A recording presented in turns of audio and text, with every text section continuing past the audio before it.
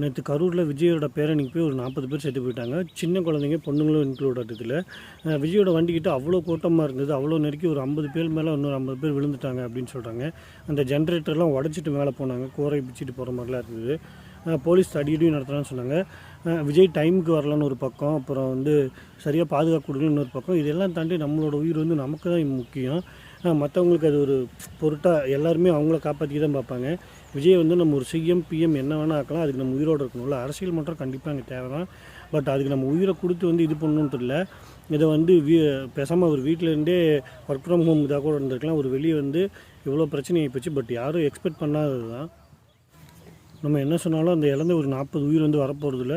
So நீங்கள் முதல்ல உங்களை பார்த்துக்கோங்க. அதுக்கப்புறம் பொலிட்டிக்கல் லீடரோ சூப்பர் ஸ்டாரோ யாருக்கோ என்ன சப்போர்ட்டாக வேணால் நம்ம பண்ணிக்கலாம். விஜயோட அரசியலுக்கு இது ஒரு பெரிய களங்கமாக இருக்கும். இதிலேருந்து அவர் எப்படி மீண்டு வரப்போகிறாருன்னு எனக்கு தெரியல. ஏன்னா நேற்று நரேந்திர மோடி சிஎம் எல்லாருமே ட்வீட் போட்டிருந்தாங்க. ஒரு வேர்ல்டு லெவல் நியூஸாகவே இது மாறிடுச்சு எனக்கு தெரிஞ்சு கிட்டத்தட்ட இது.